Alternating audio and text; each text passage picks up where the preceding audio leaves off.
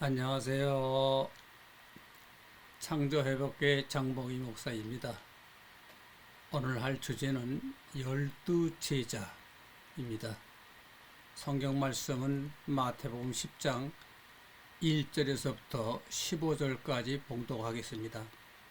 예수께서 그의 열두 제자를 부르사 더러운 귀신을 쫓아내며 모든 병과 모든 악한 것을 고치는 권능을 주시니라. 열두 사도의 이름은 이러하니 베드로라 하는 시몬을 비롯하여 그의 형제 안드레와 세베대의 아들 야고보와 그의 형제 요한 빌립과 바돌로메, 도마와 세리 마테, 알파의 아들 야고보와 다데오, 가나나인 시몬 및 가룟 유다 곧 예수를 판 자라. 예수께서 이 열두를 내보내시며 명하여 이르시되 이방인의 길로도 가지 말고 사마리아인의 고을에도 들어가지 말고 오히려 이스라엘 집에 잃어버린 양에게로 가라. 가면서 전파하여 말하되 천국이 가까이 왔다 하고 병든 자를 고치며 죽은 자를 살리며 나병 환자를 깨끗하게 하며 귀신을 쫓아내되 너희가 거저받았으니 거저주라. 너희 전대에 금이나 은이나 동을 가지지 말고 여행을 위하여 배낭이나 두보로옷이나 신이나 지팡이를 가지지 말라. 이는 일꾼이 자기의 먹을 것 받는 것이 마땅함이라. 어떤 성이나 마을에 들어가든지 그 중에 합당한 자를 찾아내어 너희가 떠나기까지 거기서 머물라. 또 그 집에 들어가면서 편안하게를 빌라. 그 집에 이어 합당하면은 너희 빈 평안이 거기에 임할 것이요 만일 합당하지 아니하면 그 평안이 너희에게 돌아올 것이니라. 누구든지 너희를 영접하지도 아니하고 너희 말을 듣지도 아니하거든 그 집이나 성에서 나가 너의 발에 먼지를 떨어버리라.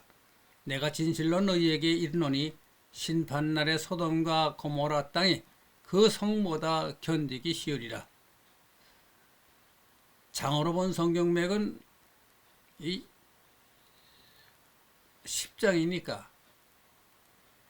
열두 사도는 10가정에서 나왔어요. 이 10가정 또 이스라엘 집에 잃어버린 양에게로 가라. 가면서 전파하여 말하되 오늘날 교회는 예수의 열두 제자를 절대적인 존재로 생각하는 교리로 되어 있습니다. 저는 이 열두 제자에 대해서 항상 의심을 갖고 있습니다. 오늘 이 일부를 이야기하겠는데 대강 그 서론 부분만 간단히 말하겠습니다. 이스라엘 나라에 예수가 와서 왜 이런 성경에 나오는 열두 제자를 택했을까? 심지어는 가룟 유다나 이방 사람도 거기에 끼어 있었습니다. 그리고 열두 제자들 대부분이 무지한 사람, 그룹에 속하는 사람들이었어요. 그때 당시에 이스라엘 학자라든지 훌륭한 종교 지도자라든지 상당히 똑똑한 사람도 있었을 것 아니겠어요. 그런데 티베리아 바닷가에서 고기를 잡는 무식한 사람들을 택했습니다.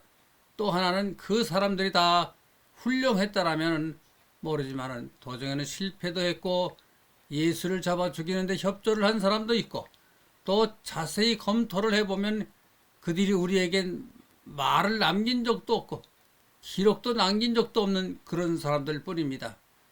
네 복음서 중에 저자 중 마태와 요한은 예수의 제자이지만 누가와 마가는 예수의 제자가 열두 제자가 아닙니다. 또한 이 네 복음서라 해봤자 사도 바울의 문서에 비하면 얼마 되지 않지요. 요즘 기독교는 예수교가 아니라 바울이 창설한 종교입니다. 오늘날 모든 기독교의 교리는 바울이 사상에 기초를 두고 있습니다. 종교적인 차원에서 이스라엘 사람들을 분류하면 대개 네 가지로 나눌 수가 있어요.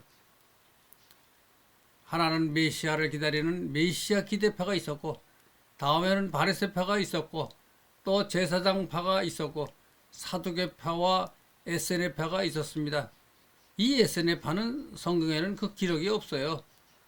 그런데 예수께서 12제자를 택했는데 어느 그룹의 제자를 택했는가 하면은 메시아를 기대하는 메시아파에서 제자를 택했습니다. 이 사실이 대단히 중요하지요. 지금 기독교에서 그것을 인식 못하고 있습니다. 이 메시아를 기대하는 그룹 속에서 예수께서 12제자를 택한 것입니다. 그리고 특별한 사람이 와서 질문한다든지 토론한다든지 할 때는 별 문제이지만은 바리새인이나 사두개인 그리고 제사장급이나 서기관급에서는 한 사람도 자기 제자를 택하지 않았습니다. 그 이유는 까닭이 있어요. 이 바리새파나 사두개인 제사장과 이 사람들은 메시아를 기대하지 않았습니다. 오늘날 기독교가 착각을 일으키게 하고 이런 것도 이 사실이죠. 메시아는 전 이스라엘 사람들이 다 기다리고 있었던 것처럼 생각하고 있지만은 이제 말한 이 파들은 메시아를 기대하지 않았습니다. 다시 말하면 그리스도를 기대하지 않았습니다. 왜 그런가 하면은 바리새인이라든지 사두개인이나 제사장들은 새로운 메시아가 필요 없다고까지 생각을 했습니다. 그것은 왜 그럴까요? 자기 자신들이 있으니까 그렇습니다.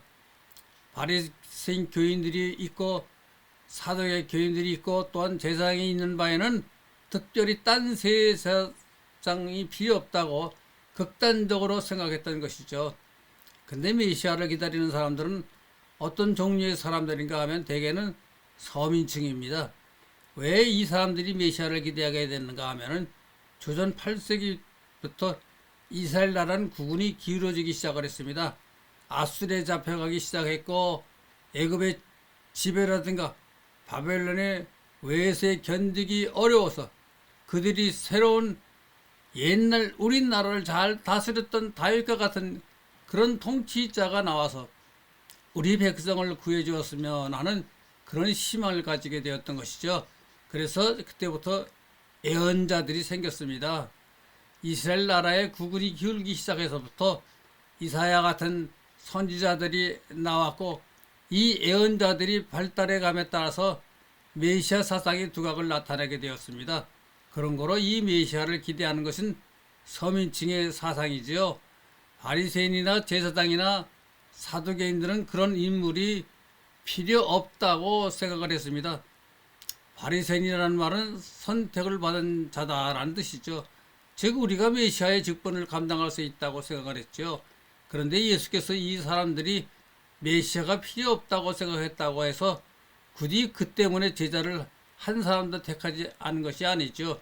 이 사람들이 그런 생각을 갖고 있는 까닭에 새로운 지도자, 훌륭한 우리의 구주를 기대하는 사람이 없었습니다. 우리 스스로가 하나의 이스라엘 백성의 구주다 하는 이와 같은 자존심을 가지고 있는 까닭에 그렇고 또한 이 바리새 교인이나 제사장이나 사두개인 이런 사람들은 나중에 예수를 잡아 죽이는 하나의 단체 속에 소속되어 있는 사람들이었습니다. 예수를 십자가에 달아 죽인 것은 이스라엘 서민층의 메시아를 기다리는 그런 대중이 아니었지요. 오히려 제사장을 비롯해서 바리새 교인들, 사두개 교인, 소위 이스라엘 정교 지도자들을 지도층에 있는 존경받는 사람들, 우리 스스로가 메시아와 같은 역할을 하고 있다고 하는 그런 부류였습니다. 그래서 예수께서는 이 사람들을 부르지 않았습니다. 이 사람들은 시간이 지나면 자기를 잡아 죽이는 하나의 단체가 되기 때문에 굳이 그 사람들 중에서 제자를 택하지 않았습니다. 그 중에 특별한 경우 비록 바리새인 교인이라 하여도 예수께서 와서 진리를 토론하러 올 적에 잘 응했던 것입니다. 니고데모 같은 사람이 그런 예의 하나에 속하지요. 그러면 예수께서 왜 이와 같은 메시아를 기다리는 사람들 즉 서민층에서 제자를 택했을까? 대단한 중요한 의미가 있습니다. 예수가 저 세계에서 이 땅에 온 것은 아주 극단의 사명이었습니다. 보통 그가 수행해 온 것 가운데 가장 어렵고 가장 극단적인 사명을 가지고 이 세상에 왔던 것입니다. 그 일이 완수되어 돌아가면 그런 온 우주를 통치할 통치자로 등극할 뿐이지만은 하나의 문제가 남아 있었습니다. 전에 하나님이 창조할 적에 전혀 생각지 않았던 문제지요. 그것이 무엇인가? 천국 건설입니다. 소위 성경에 있는 대로 말하면 새로운 세계, 이것은 과거에 없었습니다. 이 세계를 예수께서 돌아가서 창설하는 것입니다. 그래서 예수께서 제자들에게 해주신 말씀이 내가 가서 있을 곳을 마련하면 와서 너희들을 데려가리라 했습니다. 그러면 이 있을 것이 어떻게 준비되는가? 먼저 여기에는 적당한 척도가 필요합니다. 즉 구원 얻을 사람의 수가 확정되면은 거기에 따라서 혹 준비한다는 것은 모르지만은 미리 예비를 한 다음에 너희들을 데려간다 했으니 우선 새로운 세계를 설계하고 이것을 창설하는 분의 입장으로서는 여기에 대한 척도가 필요했습니다. 인생에 적어도 아마 3분의 1은 여기에 소비한 것 같습니다. 그러면 이것은 미리 그 척도를 마련하지 않고는 천국을 예비할 수가 없죠. 그래서 예수가 이 12제자라든지 혹은 70인을 불렀다든지 하는 것은 다시 말하면 가장 조건이 나쁜 사람들을 택했죠. 가장 위대한 사람 가운데서는 택할 것이 아니죠. 이 예수의 제자들이 예수의 말을 깨닫기는 대단히 힘든 범주 안에 들어있는 사람들입니다. 예수께서 말씀하신 것 가운데 로마 군인의 이야기가 있습니다. 이 사람이 자기 종에 병들었을 적에 예수를 청했지요. 예수께서 그곳에 가려 할 적에 굳이 저희 집으로 올 필요가 없습니다. 말씀만 해주시면 제 종이 나으리라 했습니다. 그때 예수께서 말씀하시기를 내가 온 이스라엘 다 돌아보아도 이런 사람은 볼 수 없다 했습니다. 그런데 왜 그런 사람을 제자로 택하지 않았을까요? 그 까닭은 이런 사람들은 예수께서 지금 이 미저를 마련하는데 당연히 거기에 속하는 사람들이기에 택하지 않았어요. 이 위층으로 올라가면 자연히 곧 얻을 사람이 많습니다. 여기 12제자는 이 밑에 속한 사람들이죠. 12제자는 예수의 진리의 말씀을 가장 깨닫기 힘든 그룹에 속한 사람들이었습니다. 이 사람들이 왜 깨닫기 힘든가? 이 사람들은 대단히 자기네 종교사상 밑에서, 즉 이스라엘 종교 밑에서 메시아를 기다렸습니다. 그런 거로 예수를 따라다니는 것도 예수를 메시아로 자기들이 기다렸던 메시아인 줄 알고 따라다니는 것이죠. 그러므로 여기에 속한 사람이 다 과거에 자기들이 생각했던 메시아 사상을 박혀 있어서 예수의 진리를 깨닫기는 대단히 어렵습니다. 그래서 예수께서 이 12를 표본으로 택해서 이 사람들 가운데 구원을 얻을 비율을 얼마나 되는가 하는 그 척도를 미저를 마련하기 위함이었습니다. 저희 계산대로 보면 이 12사람들은 12사람 가운데 구원의 세계에 들어갈 수 있는 확률이 얼마인가 하면 약 8%에서 30% 사이입니다. 즉 나머지 사람들은 다른 유다라든지 그 외 다른 제자들은 구원 얻었다고 포장을 할 수가 없어요. 그러므로 예수를 가장 깨닫기 힘든 범주에서 이런 비율이라 할 적에 이 위층으로 올라가면은 자연적으로 측정 가능하죠. 따라서 예수께서 이 12사람을 표본으로, 다시 말하면 예수의 진리를 깨닫기 힘든 범주 안에서 택해서 그 척도를 마련한 다음에 그 위에 속하는 사람들이 척도는 계산해내기가 비교적 용이했죠. 즉 예수는 구원 얻을 사람을 데려갈 사람을 세계를 준비하는데 그 척도를 마련하기 위해서 특수한 그룹에서 12제자를 택했습니다. 그런 거로 자기의 제자 중에 자기를 깨닫지 못할 사람이나 자기를 팔아넘길 사람이 있는 것을 예수가 몰랐던 것은 아니죠. 알았지만은 그런 그룹 가운데 구원 얻을 사람의 척도를 마련하기 위해 12제자를 택한 것입니다. 그런 거로 마태복음 19장에 보면은 내 길을 따른 사람들은 장차 이스라엘 12지파를 심판하리라, 이런 말이 있는데 이것은 12제자가 이 다음에 높은 자리에 앉아 12지파를 재판하는 재판관이 되는 것처럼 지금 교회가 알고 있지만 그런 것은 아닙니다. 꼭 12제자가 아니라 누구든지 간에 예수를 따른 사람 중 장차 이스라엘 12지파의 죄를 심판하려는 의미이지요. 다시 말하면 이스라엘이 지은 죄는 예수께서 장차 소돔과 고모라보다 그 환란에 견디기가 어려울 것이라고 했습니다. 예수께서 부활하신 다음에 디베리아 바닷가에서 베드로에게 내가 나를 사랑하느냐 했더니 베드로의 대답이 내가 당신을 사랑하는 것은 당신이 아십니다 했습니다. 두 번째 내가 나를 사랑하느냐 재차 물었을 때 베드로의 대답이 내가 당신을 사랑하는 것을 아시면서 왜 자꾸 물으시어요 했으며 세 번째는 같은 질문을 예수께서 던져 사건이 있었지요. 그런데 이것도 아직까지도 아무도 제대로 해석하는 사람이 없습니다. 히라보로 처음 두 번의 사랑이라는 말은 아가페로 되어 있습니다. 이 아가페라는 말은 성경에만 나오고 다른 히락 고대에 보면 이 말이 없습니다. 하나님의 세계에서 처음에 진리가 있고 다음에 법이 있습니다. 법 다음에 사랑이라는 것이 예수의 원칙 가운데 쓰여 있습니다. 그 다음에 신앙입니다. 신앙이 맨 끝이에요. 그런데 이 아가페는 진리와 법을 이기지 못합니다. 아무리 사랑해도 하나님의 법도 어길 수 없습니다. 법 밑에 있는 것이죠. 아가페란 진리와 법을 깨달은 다음에 거기에서 솟아나오는 사랑을 아가페라 합니다. 예수께서 베드로에게 내가 나를 사랑하느냐 해서 사랑은 아가페로 물은 것입니다.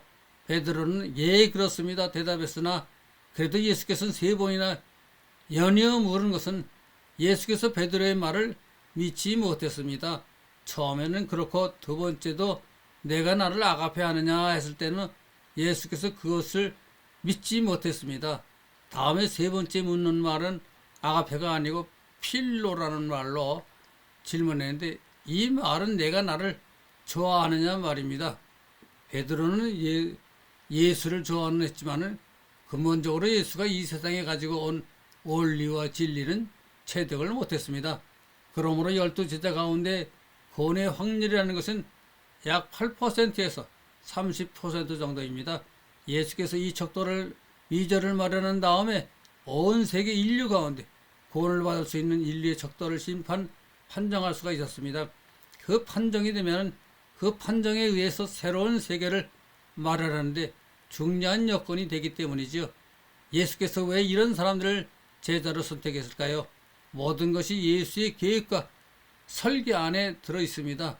다시 말하면 천국의 새로이 마련하기 위해서는 이 재료를 가지고 저 세계에 가야지만 그것에서 예배할 수가 있었습니다. 그냥 12제자를 가르치는 것만이 문제가 아니었죠. 예수께서 자기의 제자를 복음을 전파하는 사자로서만이 택했다라면 그보다 우수한 사람들을 보았을 것이에요. 그러나 그는 이 세상을 떠난 다음에 복음을 전하는 것은 2차적인 문제였습니다. 제일 중요한 사항은 새로운 세계를 마련하는 척도를 준비하는 것이었습니다. 감사합니다.